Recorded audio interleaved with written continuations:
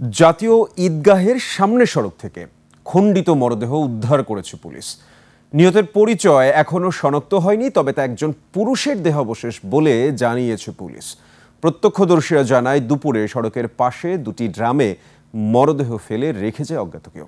মরদেহের পরিচয় ও দোষীদের শনাক্তে কাজ করছে পুলিশ। বিস্তারিত হাকিম মাহির রিপোর্টে।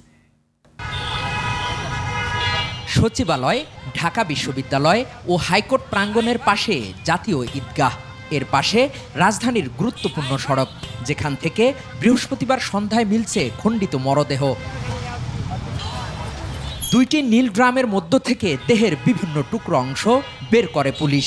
প্রত্যক্ষদর্শীরা জানান, অজ্ঞাত এক ব্যক্তি ভ্যানে করে ড্রাম দুইটি নামিয়ে রেখে যান। ৪-৫ ঘন্টা সেখানেই পড়ে থাকে ড্রাম দুইটি। পরে দুর্গন্ধ ছড়িয়ে পড়লে ফুটপাতটি ব্যবহারকারীরা খবর দেন পুলিশে। কালাপল্লি টিনে বান্ধা ছিল, পরে লিপটন ভান্ডারি যেন হ্যাঁ কইছে একটু রশিটা খোলো, খুললা দেখা চাইলাছে এবং মুটি বান্ধা মানে মুটি খুলছে, খুললা দেখা পুরুষের লুঙ্গি আছে রক্ত মাখা।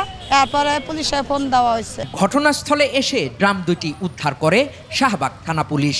পরে তার ভেতর থেকে একজন পুরুষ দেহের টুকরো অংশ বের করা হয়।